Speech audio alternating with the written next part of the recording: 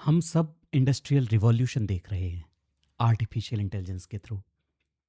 और इंटरनेट पटा पड़ा है जनरेटिव एआई के कोर्सेज से। सवाल ये भी है कि क्या आर्टिफिशियल इंटेलिजेंस हमारी जॉब्स खा लेगा, या ये हमारे लिए एक सपोर्ट टूल बन करके आगे आएगा। इसी सीरीज में हम नए कोर्सेस आपके सामने ला रहे हैं, जिसमें हम बात करेंगे कि कैसे आर्टिफिशियल इंटेलिजेंस का यूज़ करके बेटरमेंट किया जा सकता है आईटी ऑपरेशंस का। पर हमारा यूज़ केस जेनरिक नहीं होगा। हम नैनो बनाना पर इमेज एडिट करना नहीं सीखेंगे। हम क्लिंग पर या हगिंग फेस के टूल्स पर वीडियोस बनाना नहीं सीखेंगे, ना ही एआई के एंकर्स बनाना सीखेंगे। नो, हम शुरू करने वाले हैं एक सीरीज जिसमें हम कवर करेंगे cyber security, governance, risk and compliance के सारे डोमेन्स को, कि किस तरह से जनरेटिव एआई टूल्स को यूज़ में लेते हुए आप बेहतर ऑपरेशनल इफ़िशियंसी और साइबर रेजिलियंसी को अचीव कर सकते हैं। अपने बारे में आपको बता दूं, मैं हूं अमित कुमार पांडे और मुझे लगभग 2 दशक का एक्सपीरियंस है। 2 decades of experience into corporate training, academia, digitization, data centre deployment, data centre audits, specific regulatory support and standard support towards ISO 27001, ISO 20000 PCI DSS, and पिछले 5 सालों से मैं ग्लोबल बैंकिंग इंस्टीट्यूशंस के साथ प्राइवेसी इम्प्लीमेंटेशन का काम कर रहा हूं, जिसमें हम 100% सफल भी रहे हैं। और अभी मैं एक ग्लोबल बैंक में कंट्रोल मैनेजर के तौर पर काम कर रहा हूं। तो ये था मेरा छोटा सा इंट्रो। मैंने अपनी वेबसाइट की लिंक और लिंक्डइन प्रोफाइल इस वीडियो के डिस्क्रिप्शन बॉक्स में डाल दिए हैं। आप चाहें तो वहाँ विजिट कर सकते हैं और मुझे लिंक्डइन पर फॉलो भी कर सकते हैं। आज के कंटेंट के बारे में मैं आपको बता दूं कि जैसा मैंने पहले आपको बोला कि हाँ, हम जनरेटिव एआई की बातें तो करने वाले हैं, पर हम अपने यूज़ केस को बदलने वाले हैं। Use case, how to use generative AI in risk and compliance, how to use generative AI in governance, how to use generative AI in cyber security resilience. Course को आगे बढ़ाने से पहले मैं यह भी क्लियर कर देना चाहता हूं कि ये कोर्स उन सभी लोगों के लिए अच्छा है जो साइबर सिक्योरिटी के फील्ड में आगे बढ़ना चाहते हैं, जिन्होंने अपनी डिग्रीज़ साइबर सिक्योरिटी डोमेन के साथ ली हुई हैं और जो चाहते हैं कि वो बेहतर लर्निंग्स के साथ आगे बढ़ सकें। और साथ ही ऐसे लोगों के लिए भी जो सीसा और सीसम सर्टिफाइड हैं, उनको मैं भी वेलकम करता हूं ताकि उनके इनपुट मुझे मिल सकें और अपने आप को ऑपरेशनली इफ़िशिएंट बनाना चाहते हैं। वो अपने साइबर रिपोर्टिंग को, पॉलिसी डेवलपमेंट को, गवर्नेंस को और मैट्रिक्स और रिपोर्टिंग्स को आगे बढ़ाना चाहते हैं, इम्प्रूव करना चाहते हैं। ऐसे लोगों के लिए भी ये कोर्स काम का हो सकता है। सो जनरेटिव एआई के जेनरिक यूज़ केसेस को छोड़ते हुए एक्सपर्ट डोमेन्स पर how to use generative AI हम आगे बढ़ते हैं। सबसे पहले हमारा की ऑब्जेक्टिव है प्रोफेशनल्स को इक्विप करना जेन एआई टेक्नोलॉजी से, साथ ही फंडामेंटल से। Risk management, as all we know that आपका इम्पैक्ट का level versus probability of any impact is actually a risk. इसके लिए मैट्रिक्स बनाई जाती हैं, 3x3 matrix, 5x5 matrix. Risk management का नाम हम क्यों ले रहे हैं?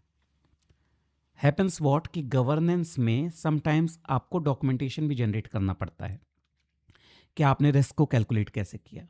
रिस्क कैलकुलेशन के भी डिफरेंट तरीके हैं। ओपन फेयर एक स्पेसिफिक तरीके से रिस्क को पैसे के साथ जोड़ता है। वहीं पर आईएसओ के अपने स्टैंडर्ड हैं जो रिस्क मैनेजमेंट और रिस्क असेसमेंट के बारे में आपको बताते हैं। हर ऑर्गेनाइजेशनल कंटेक्स्ट डिफरेंट होता है। रिटेल बैंकिंग के रिस्क अलग हो सकते हैं, वहीं पर ई कॉमर्स वेबसाइट्स के रिस्क अलग हो सकते हैं, सप्लाई चेन मैनेजमेंट के रिस्क अलग हो सकते हैं। तो आप कैसे जनरेटिव एआई फंडामेंटल्स को यूटिलाइज कर सकते हैं बेटर रिस्क मैनेजमेंट के लिए। साथ ही हमारा सेकंड पर्पस इस स्पेसिफिक प्रेजेंटेशन में ये रहने वाला है कि हम कैसे जनरेटिव एआई को यूज़ में लेते हुए डेटा ड्रिवन डिसीजंस बना सकते हैं। डेटा ड्रिवन डिसीजंस का मतलब ये है कि अगर आप में से कुछ लोगों ने सस्टेनेबल यूज़ में लिया हुआ है फॉर द वल्नरेबिलिटी असेसमेंट, तो आपको एक बहुत बड़ी एक्सेल शीट मिलती है जिसमें आपको बाद में करेक्टिव एक्शन और प्रिवेंटिव एक्शंस के डॉक्यूमेंट्स को बनाना पड़ता है। Risk remark remediation, that is a method big four uses. So आप कैसे जनरेटिव एआई टूल्स के थ्रू ये रिपोर्ट्स ऑटोमेट कर सकते हैं। देन आप कैसे रूटीन असेसमेंट को ऑटोमेट कर सकते हैं। There are some good tools available जिनके नाम मैं आपको अगले सेशंस में बताऊंगा। साइबर सिक्योरिटी और स्टैंडर्ड ओरिएंटेड क्वेश्चंस के लिए वन ट्रस्ट जैसे टूल ऑलरेडी अवेलेबल हैं, पर एआई टूल्स भी ऑलरेडी आ चुके हैं। काली लाइनक्स का एक जीपीटी ऑलरेडी तैयार हो चुका है। सो इस तरह के टूल्स अवेलेबल हैं जो आपको ऑटोमेशन में मदद करते हैं। और but obvious we know that agents are working, agentic AI is there. How to use this with integration of the tools within your organization, ServiceNow, RSA Archer, इसके बारे में भी हम बात करने वाले हैं। साथ में हम बात करेंगे 3 अलग अलग पहलुओं की। वो 3 अलग अलग पहलू ये हैं कि आपको आर्टिफिशियल इंटेलिजेंस लाइफ साइकिल के बारे में भी बताऊंगा कि डिप्लॉयमेंट का लाइफ साइकिल क्या होता है, डिप्लॉयमेंट के बाद ऑपरेशंस के साइकिल्स कैसे होते हैं, और किस तरह से आप साइबर सिक्योरिटी को अलाइन कर सकते हैं एआई के साथ, कैसे आप जनरेटिव एआई टूल्स को यूज में ले सकते हैं बेटर ऑपरेशनल रेजिलियंसी के लिए, और किस तरह से आप एआई को सिक्योर कर सकते हैं। So these sessions are using generative AI for operational efficiency in cyber security field, as well as using better security gesture to deploy AI within your organization. Okay, so हम बात कर रहे हैं how to use Gen AI for cyber security and what are the best practices of deploying AI. Deploying AI का सबसे पहला जो face है वो है कंटेक्स्ट, और इसी को हम लोग बिजनेस यूज केस भी बोलते हैं। सबसे पहले ये पता करना होगा कि आपका बिजनेस किस तरह का है और किस तरह के एआई की डिमांड है। कोड राइटिंग के लिए different AI, business function, know your customer, onboarding of the customer के लिए डिफरेंट एआई, ई कॉमर्स के लिए डिफरेंट एआई, इमेजेस बनाने के लिए डिफरेंट एआई, वीडियोस बनाने के लिए डिफरेंट एआई। ओके, सो हम ये भी बात करेंगे कि एआई में किस तरह के गवर्नेंस और कंप्लायंस फ्रेमवर्क हैं। अभी जो सबसे बेहतर स्टैंडर्ड है वो NIST RMF कहलाता है, जो ओपनली अवेलेबल है। ओके, इथिकल एआई एडॉप्शन के बारे में हमने बात नहीं की। इथिकल एआई एडॉप्शन है कि आप जब भी एआई को डिप्लॉय करें अपने ऑर्गेनाइजेशन में तो अवेयरनेस कैंपेन चलाएं, इथिकलिटी पर विचार करें। There is a word profiling. Profiling का बेजा यूज़ होता है GDPR में, जो यूरोप का प्राइवेसी रेगुलेशन है। प्रोफाइलिंग का सीधा सीधा कहना यह है कि कोई एआई टूल केवल ये एनालाइज करके कि आपका सिबिल स्कोर खराब है, आपका बैकग्राउंड बिगाड़ नहीं सकता। आपको सजा इस बात पर हो जाए कि आपका सिबिल स्कोर बेकार है, या आपका लोन इसलिए कैंसिल हो जाए क्योंकि आपका सिबिल स्कोर खराब था, या एक कंपनी ने कुछ पैरामीटर्स बना लिए हैं और उन पैरामीटर्स पर क्योंकि आप खरे नहीं उतरते तो आर्टिफिशियल इंटेलिजेंस ने आपकी किसी तरह की एप्लीकेशन को रिजेक्ट कर दिया। ये नहीं होना चाहिए। एथिकल कंप्लायंस, आप एआई का यूज़ न्यूडिटी, डीप फेक के लिए नहीं कर सकते।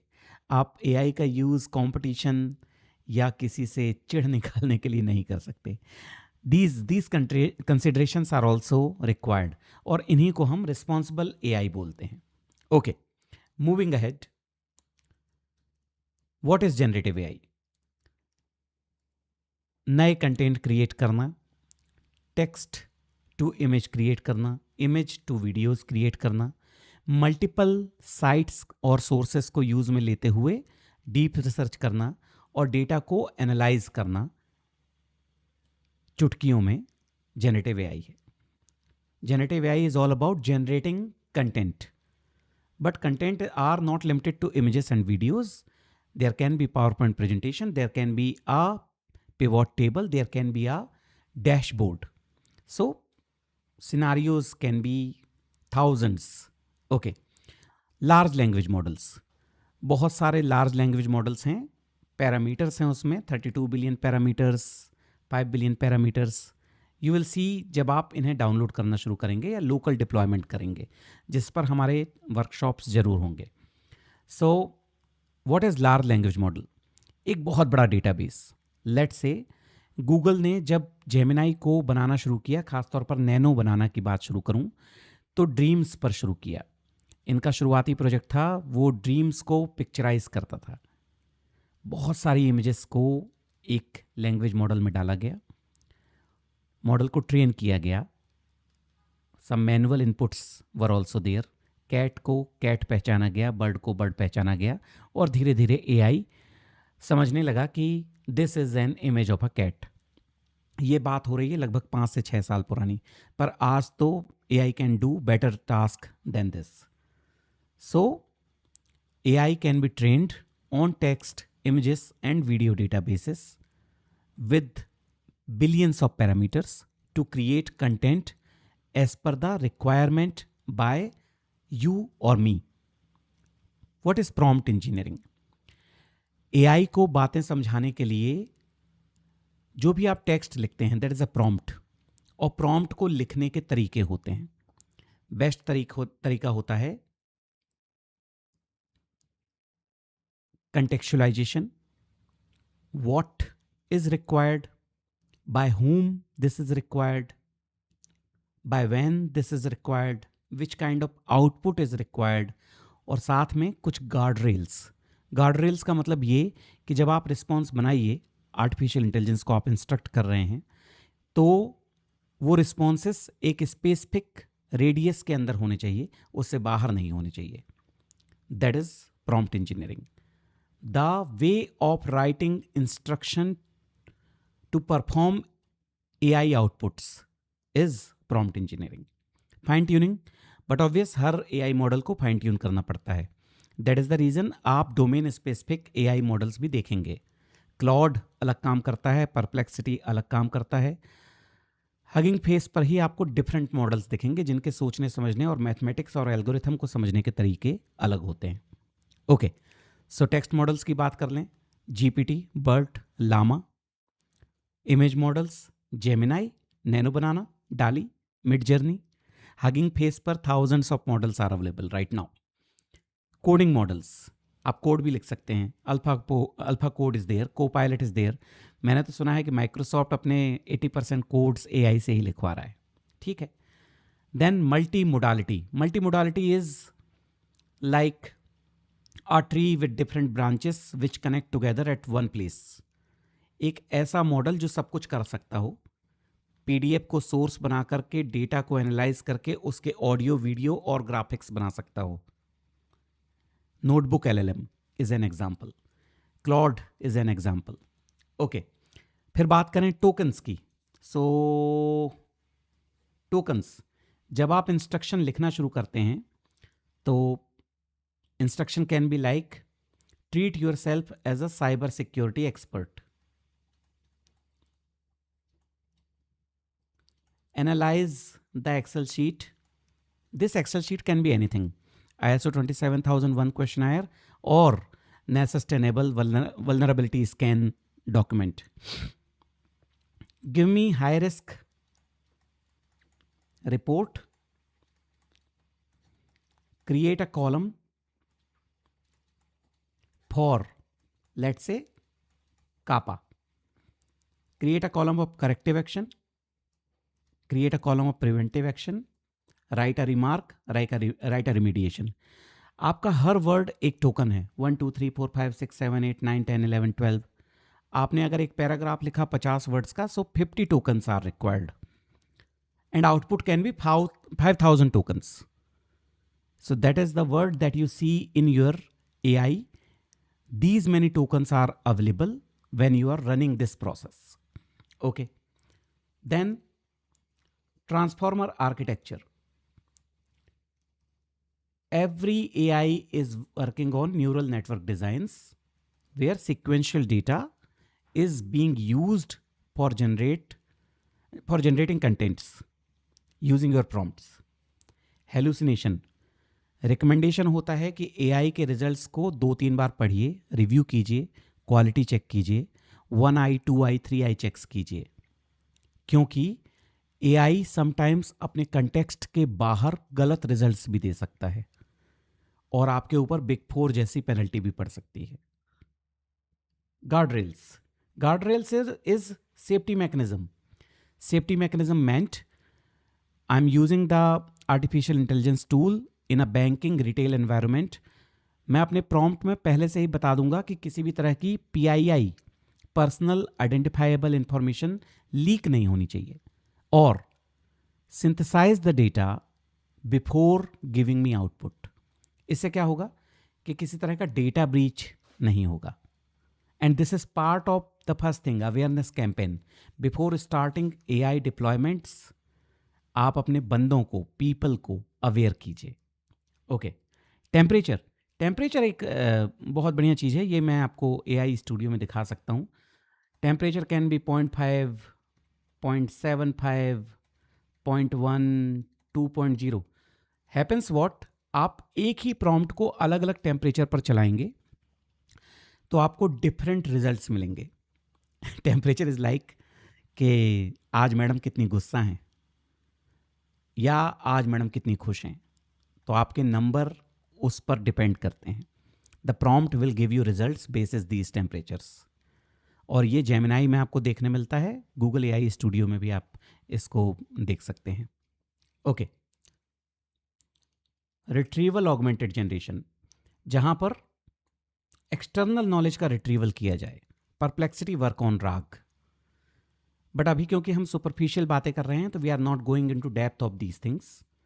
This was the core concept before starting. Okay. So what are the ethical consideration? Ethical consideration है बायस मिटिगेशन. बायस मिटिगेशन के बारे में मैंने आपको पहले ही बताया. Profiling. What if a government decides that some specific task is not for women? Profiling. What if one bank decides lower CIBIL score will be leading to no loans? What if some organization decides your insurance claim has been cancelled due to some specific constraints that AI has decided? नहीं किया जा सकता. बायस का सीधा example है. Gemini को आज से कुछ समय पहले किसी ने प्रॉम्प्ट दिया कि जनरेट इमेजेस ऑफ डॉक्टर्स. ऐसे प्रॉम्प्ट कई लोगों ने दिए होंगे और जेमिनाई ने जो इमेजेस बनाई वो 80% मेल्स की थी और 20% फीमेल की थी. इसका मतलब क्या? ये बायस है, क्योंकि ट्रेंड डेटा को स्टैटिस्टिकल प्रोफाइलिंग की जानकारी नहीं है, इसलिए उसको लगता है कि महिलाएं डॉक्टर नहीं हो सकती. दैट इज अ बायस. इसके मिटिगेशन के लिए एल्गोरिथम्स को सुधारना होता है. ट्रांसपेरेंसी. आप किस तरह के AI मॉडल्स को यूज में ले रहे हैं? One specific role will come in future, that is AI model algorithm auditor. ये वो बंदे होंगे जिन्होंने मास्टर ऑफ कॉमर्स या स्टैटिस्टिक्स की डिग्रियां ली होंगी, जिनको regression, permutation, combination, chi square ये सब आता हो. सो ये जॉब आएगी, ये गारंटी है.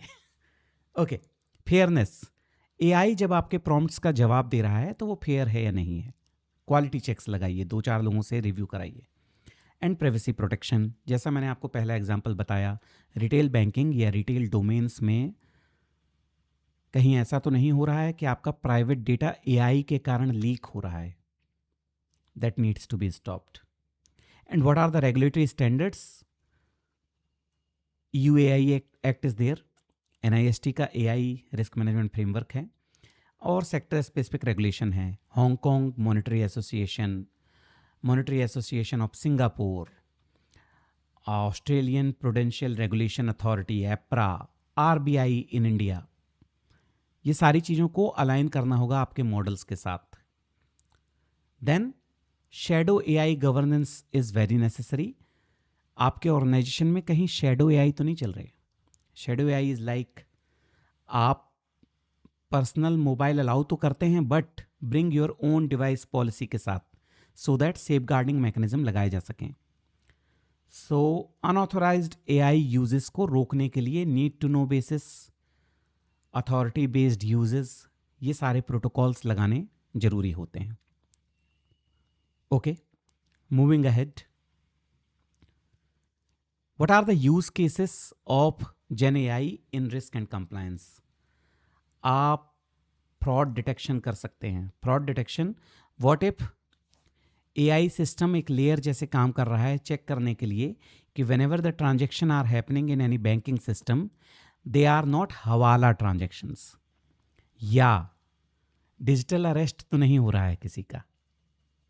One specific layer working over your Android system, fraud detection हो सकता है। एंटी मनी लॉन्ड्रिंग की मॉनिटरिंग हो सकती है। International trade, international money transfer authorized है या नहीं है, जेन्युइन है या नहीं है। अब इसमें AI का यूज़ केस क्यों ले रहे हैं हम? AI का यूज़ केस इसलिए ले रहे हैं क्योंकि मैन्युअली थाउजेंड्स ऑफ ट्रांजैक्शंस को ट्रैक करना हर सेकंड बहुत मुश्किल है। एक AI को केवल इसके लिए भी ट्रेन किया जा सकता है कि उसको जब भी एनोमली दिखे वो उसे फ्रॉड के उस रिव्यू सेक्शन में डाल दे, ताकि कोई ह्यूमन इंटरवीन करके उसे चेक कर सके whether it was a anti money laundering case और नॉट। KYC इन्हांसमेंट, ये तो आप सबने देखा है। आजकल आप सिम भी खरीदते हैं तो आपसे कहा जाता है कि पलकों को झपकाइए, so that AI can understand कि हाँ ये लाइव या जिंदा बंदा है। Okay, compliance automation, this is our field, compliance automation. So happens what in so many organizations, we start with our audit charter. Audit charter contains what? This contains कि किस standard पे आप ऑडिट करना चाहते हैं। लेट्स से ISO 27001 कवर करना है, मुझे PCI DSS कवर करना है, साथ में मुझे थोड़ा बहुत प्रिवेसी भी कवर करना है। दैट मेंट मुझे सबसे पहले एक RCSA बनाना पड़ेगा। RCSA will be risk and control self assessment. इस RCSA को मैप करना पड़ेगा रिस्क मैनेजमेंट फ्रेमवर्क से, ताकि मैं पता कर सकूं इम्पैक्ट इनटू प्रोबेबिलिटी कितने की हुई। बाद में मुझे एक फाइनल रिजल्ट मिलेगा जो बताएगा कि your current level of risk is, let's say 3/3 matrix पर 3B, 4A, 4B, getting it. और इस रिस्क को रिड्यूस करना होगा फिर मुझे एक रिस्क रिडक्शन फ्रेमवर्क भी बनाना पड़ेगा। रिस्क रिडक्शन फ्रेमवर्क जो है वो एक ट्रीटमेंट प्लान के साथ जाएगा, रिस्क ट्रीटमेंट प्लान भी बनाना पड़ेगा, और इसे ट्राई मंथली ट्रैक करना पड़ेगा टू अंडरस्टैंड कि स्टेबलाइजेशन ऑफ रिस्क हुआ कि नहीं हुआ। अब इतना कुछ कर रहे हैं हम, इसमें ऑटोमेशन के बहुत सारे चांसेस हैं। You can actually do automation. आप RCSA को इम्प्रूव कर सकते हैं बाय यूजिंग जनरेटिव AI। आप बेटर क्वेश्चनायर जनरेट कर सकते हैं with the contextualization of your organization. आप अपने रिस्क मैट्रिक्स को और भी डिफाइन कर सकते हैं, और आप रिस्क कैलकुलेशन को वैलिडेट कर सकते हैं कि whether the form was field right और नॉट। नाउ बात आती है रिस्क रिडक्शन की। रिस्क रिडक्शन में जिस पॉइंट को हमने बात नहीं किया वो है कंट्रोल्स। कंट्रोल्स वो सारे मेजर्स जिनके थ्रू रिस्क को स्टेबलाइज किया जा सके, रिड्यूस किया जा सके, those are controls. supplementary controls, primary controls, technical controls, functional controls, people, process and technology based controls. And इसी को हम लोग बोलते हैं रिस्क एंड कंट्रोल लाइब्रेरी। आपको अपने कंप्लायंस रिस्क को रिड्यूस करने के लिए, टेक्निकल रिस्क को रिड्यूस करने के लिए एक कंट्रोल लाइब्रेरी बनानी पड़ती है। वो कंट्रोल लाइब्रेरी भी आप जनरेटिव एआई टूल्स के यूज़ से बना सकते हैं। And we are going to take hand on session on these things. Okay, what business impacts you will get? Cherry on the top of the cake. अगर आप cyber security expert हैं, आपको थोड़ा बहुत नॉलेज है, तो आप जनरेटिव एआई टूल को लेकर के उस काम को जो पहले आप 1 महीने में करते थे, हो सकता है 2 या 3 घंटे में कर दें। बेटर रिस्क रिडक्शन, क्योंकि आप बेटर कंट्रोल्स डिज़ाइन कर पाएंगे। एक्यूरेसी, क्योंकि आप आपके मॉडल से better quality and resilient data पाएंगे। प्रिडिक्टिव एनालिसिस, एक्सेल शीट के पिवट टेबल से ज़्यादा अच्छा एनालिसिस आप जनरेटिव एआई टूल्स के थ्रू कर सकते हैं। Cost saving, but obvious resource तो कम होंगे, बट क्वालिटी इंप्रूवमेंट होगा। और regulatory alignment, let me give you a prompt. Indian privacy law has came. You are a privacy analyst. You need to map Indian privacy law elements with ISO 27001. Give me a complete report to create a audit charter to comply with Indian data privacy law. That's all. This is your prompt. आपके पास source नहीं है, वो deep research कर लेगा and it will give you something good. Okay, इसको देख ही लेते हैं।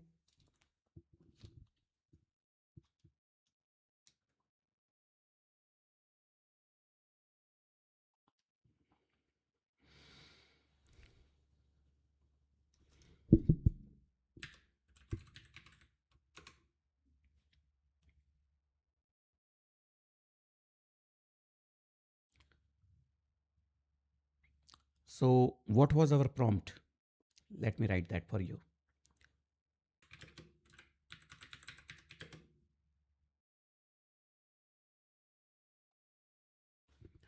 A simple prompt.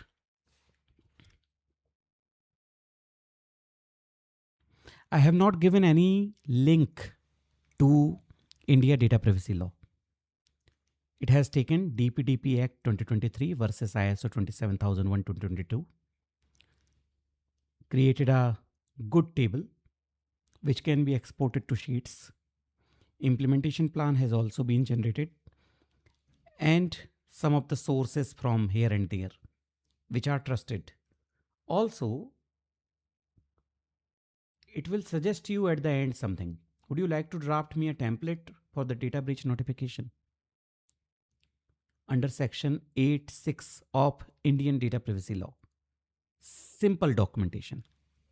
So this is one of the use case that I was trying to tell you. And you can actually use these things. Okay. So when you use generative AI tools, you will enhance your risk mitigation. You will have better compliance management. You will do data-driven decisions. And these things will be efficient and scalable. Why we are saying efficient and scalable? कम लोग ज़्यादा काम कर पाएंगे. Scalability is about the workload that you can take. Ethical AI adoption, मैं आपसे already बता चुका हूँ कि बायस मिटिगेशन, एल्गोरिथम, ऑडिट्स और बहुत सारे ऐसे फसेट्स हैं जिन्हें पीपल, प्रोसेस और टेक्नोलॉजी पर देखना ज़रूरी है. और but obvious, if you are using AI, you will be taking advantage competitively. Okay, now in AI also there are threats. So अभी तक हम बात कर रहे थे using generative AI for cyber security. अब हम बात कर रहे हैं कि जनरेटिव AI के यूज़ से किस तरह से AI ड्रिवन टूल्स मार्केट में आ सकते हैं. आजकल पॉलीमॉर्फिक मालवेयर्स बन रहे हैं जो सेल्फ मॉडिफाइंग कोड होते हैं. ये आपके सिस्टम के बिहेवियर, आपके अपडेट्स, आपके सिस्टम वल्नरेबिलिटी के बेसिस पर खुद को मॉडिफाई कर सकते हैं। Deep fakes, synthetic models, but obvious आजकल ग्रॉक ही आपको डीप फेक बनाने की फैसिलिटी दे रहा है। एआई पावर्ड फिशिंग, आजकल फिशिंग मेल्स बहुत इंप्रूव हो गए हैं। Better grammar, better templating, better writing, आपको समझ ही नहीं आता कि ये करप्टेड सोर्स से मेल आया है आपको। Then data poisoning, data poisoning एक ऐसा कॉन्सेप्ट है जिसे समझने के लिए आप ऐसा समझिए कि मैंने एक लार्ज लैंग्वेज मॉडल के लिए मल्टीपल डेटाबेस क्रिएट करने शुरू किए, तभी किसी एक बंदे ने इसे डेटा पॉइजन कर दिया। डेटा पॉइजन कैसे? कास्ट बेस्ड डेटा डाल दिया या हिस्टोरिक एविडेंस को खराब कर दिया या लार्ज लैंग्वेज मॉडल को विकिपीडिया से लिंक कर दिया। साइबर सिक्योरिटी के लोग समझ जाएंगे कि Wikipedia is not a source which can be treated as authorized, authentic और जेन्युइन। नो। सो पॉइजनिंग के कारण क्या होगा कि एल्गोरिथम गलत रिजल्ट्स देगा, गलत जवाब देगा और गलत पॉलिसीज बनेंगी, और गलत पॉलिसीज लॉन्गर टर्म पे आपको नुकसान देंगी। That is data poisoning. आप कंटेमिनेट कर सकते हैं डेटा को। तो इस चीज को और भी सिंपल तरीके से समझें। एक प्रोटोकॉल होता है जिसे हम बोलते हैं डेटा यूजेस। डेटा 3 लेवल पर होता है: data at rest, data eight motion and data used. It is actually RAM data, वो जो क्रोम खा रहा है। मोशन, नेटवर्क पे डला हुआ डेटा। रेस्ट, स्टोरेज पे डला हुआ डेटा। पॉइजनिंग कहीं भी हो सकती है, बट एआई पॉइजनिंग आपके एलएलएम डेवलपमेंट के दरमियान या प्रॉम्प्ट में घटिया प्रॉम्प्ट लिखने से भी हो सकती है। मे बी आपका प्रॉम्प्ट इतना पावरफुल था कि उसने एडमिन जैसे इंटरसेप्शन किया और गलत रिजल्ट्स को जनरेट कर दिया। पॉइजनिंग। डिफेंसिव स्ट्रेटजी ये है कि प्रॉम्प्ट लिखने वालों का बिहेवियरल एनालिसिस होना चाहिए, need to know basis, access rights protocol, identity and access management, authority based entrance होना चाहिए, पीपल की एडवर्सियल ट्रेनिंग होनी चाहिए कि what can be wrong by using AI. एक और पोस्ट आएगी, that will be a person who writes explainability. Explainability is all about, अभी आप बहुत जेनरिक यूज केसेस ले रहे हैं, image generation, video generation, but जब गवर्नमेंट इन एआई टूल्स को यूज में लेने लगेंगी तो there will be a documentation required before deploying और using these AI models, that will be explainability documentation. Why this model is good, why the statistical protocols are good, why the result is good. Cause legal issues तो अभी हमने देखे ही नहीं, they will come. Then last में anomaly detection. मैंने इसके बारे में आपको पहले से बता दिया कि अगर मैं जनरेटिव एआई टूल को किसी नेसस या काली लाइनक्स जैसे टूल के साथ इंटीग्रेट कर दूं तो मेरा सिक्योरिटी ऑपरेशन सेंटर और भी ज़्यादा पावरफुल हो जाएगा और ये थ्रेट डिटेक्शन बहुत तेज़ी से करेगा।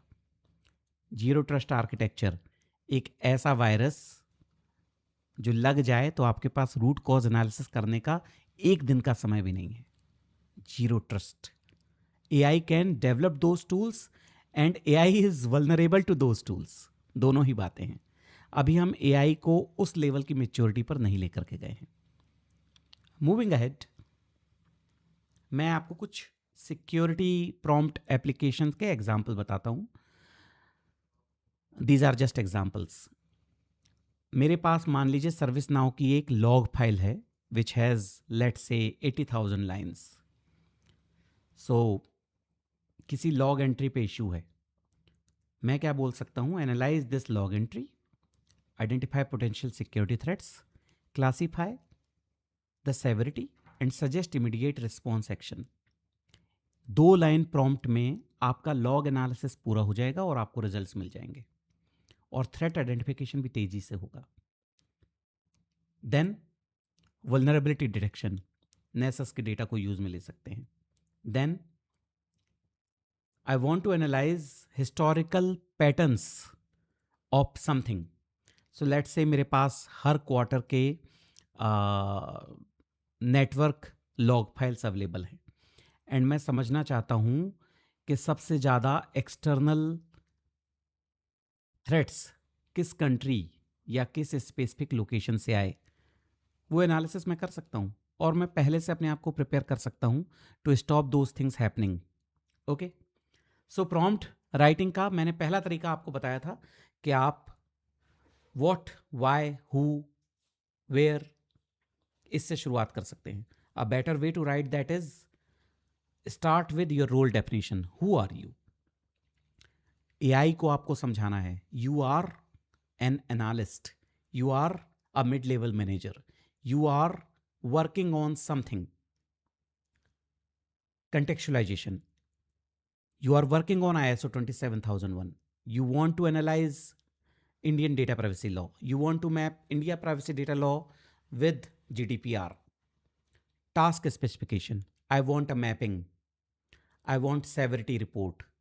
I want identification of external threats. I want historical periodic threats with the impact levels. Output format.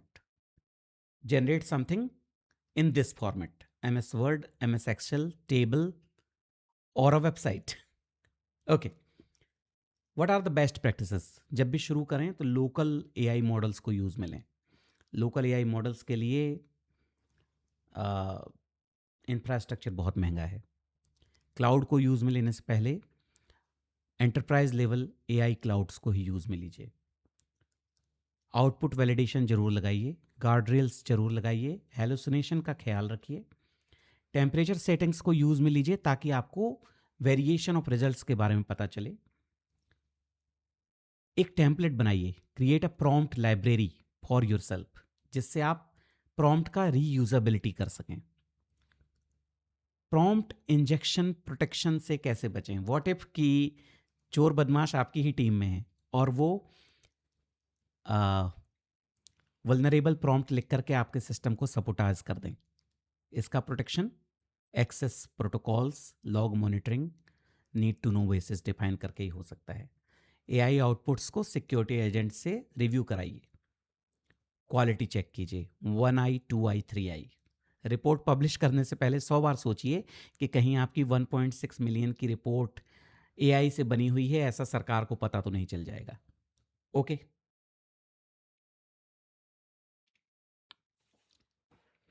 अब मैं एप्लीकेशन सिक्योरिटी के सिनेरियोज भी आपके सामने रखता हूँ.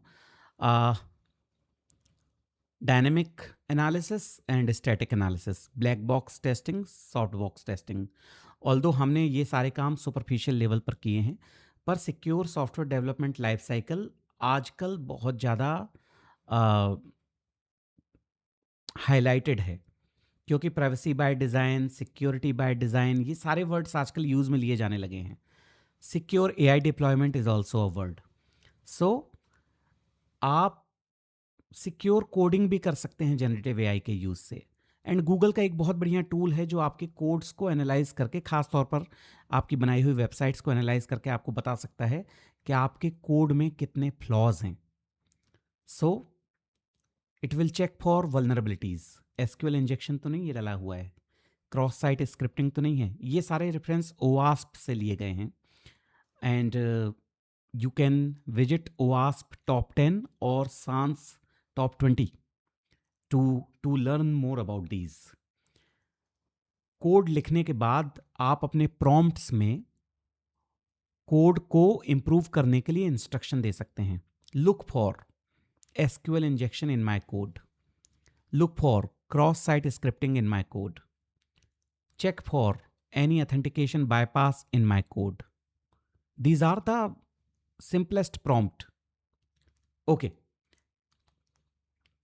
At the same time, जब मेरे वेबसाइट का लॉग फाइल जनरेट हो रहा है, how many people have visited analytics kind of report, also network report, क्योंकि मेरा वेबसाइट एक गवर्नमेंट वेबसाइट है और वो लोकल डेटा सेट में, लोकल डेटाबेस में इंस्टॉल्ड है और मेरा डेटा सेंटर इंटरनेट से कनेक्टेड है and everyone is using that. AI can work as a layer to analyze patterns, behaviors, threats, threat surface, and false positive reduction and improvement into the bad reports. ये सारे examples हम आगे के workshops में लेने वाले हैं. ओके, सो आप एआई को यूज़ में ले सकते हैं कोड एनालिसिस के लिए, वल्नरेबिलिटी डिटेक्शन के लिए, रीफैक्टरिंग के लिए और सिक्योरिटी वैलिडेशन के लिए. ठीक है. Now again we came back to the deployment of artificial intelligence into your organization. So what are core ethical principles? Already discussed. Bias नहीं होना चाहिए, ट्रेनिंग डेटा डाइवर्स होना चाहिए. अब आप ट्रेनिंग डेटा केवल हवाई जहाज को उड़ाने का ट्रेनिंग डेटा आप कार वालों से दिला देंगे तो हवाई जहाज उड़ेगा नहीं. हवाई जहाज का भी एक मॉडल नहीं होता है, कई मॉडल्स होते हैं. तो training data needs to be diverse so that एक एआई मॉडल को वर्साटिलिटी के बारे में नॉलेज हो. रेगुलर बायस ऑडिट्स होने चाहिए. बायस ऑडिट्स ऐसे होते हैं जिसमें हम रैंडम एआई आउटपुट्स का रिजल्ट्स चेक करते हैं कि किसी तरह के बायस तो नहीं थे. अगर थे तो क्या मॉडल को ट्रेन करने की ज़रूरत है. एल्गोरिथमिक फेयरनेस इंटरवेंशन, अगेन ये वही बंदा है जो एल्गोरिथमिक ऑडिटर कहलाएगा इन फ्यूचर. ये स्टैटिस्टिकल डेटा सेट और एल्गोरिथम के कैलकुलेशंस को चेक करता है whether the quality outputs are being obtained और not. Transparency and explainability, these documents will be again a core documentation requirement. आपका मॉडल इंटरप्रिटेबल होना चाहिए. मेरा मॉडल डीप रिसर्च करता है, मेरा मॉडल पब्लिक डेटा उठाता है, मेरा मॉडल प्राइवेट डेटा को सिंथेसाइज करता है, मेरा डेटा ऑलरेडी सीडोनिमाइज्ड है, डेटा प्रोटेक्शन है. एक क्लियर डॉक्यूमेंटेशन भी होना चाहिए एआई मॉडल्स का, जिसमें बात ये हो कि आपकी कैपेबिलिटीज़, आपके मॉडल्स की कैपेबिलिटीज़ क्या हैं और लिमिट्स क्या हैं. साथ ही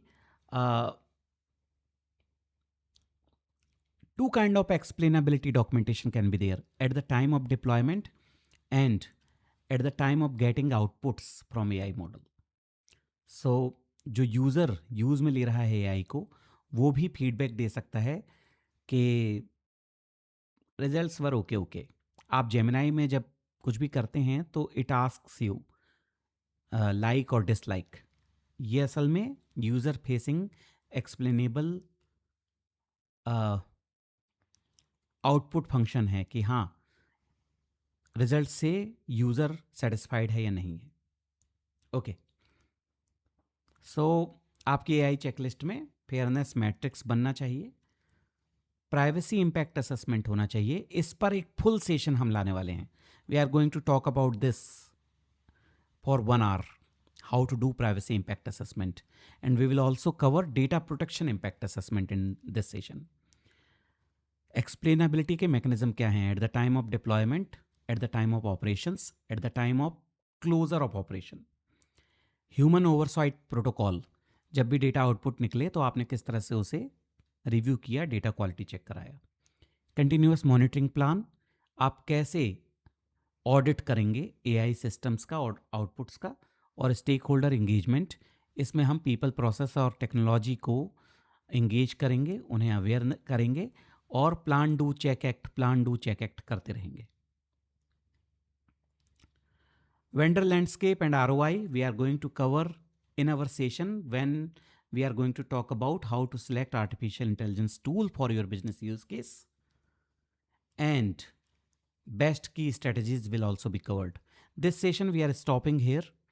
I am inviting you to upcoming sessions for getting more details about these contextualized use cases of generative AI in cyber and GRC.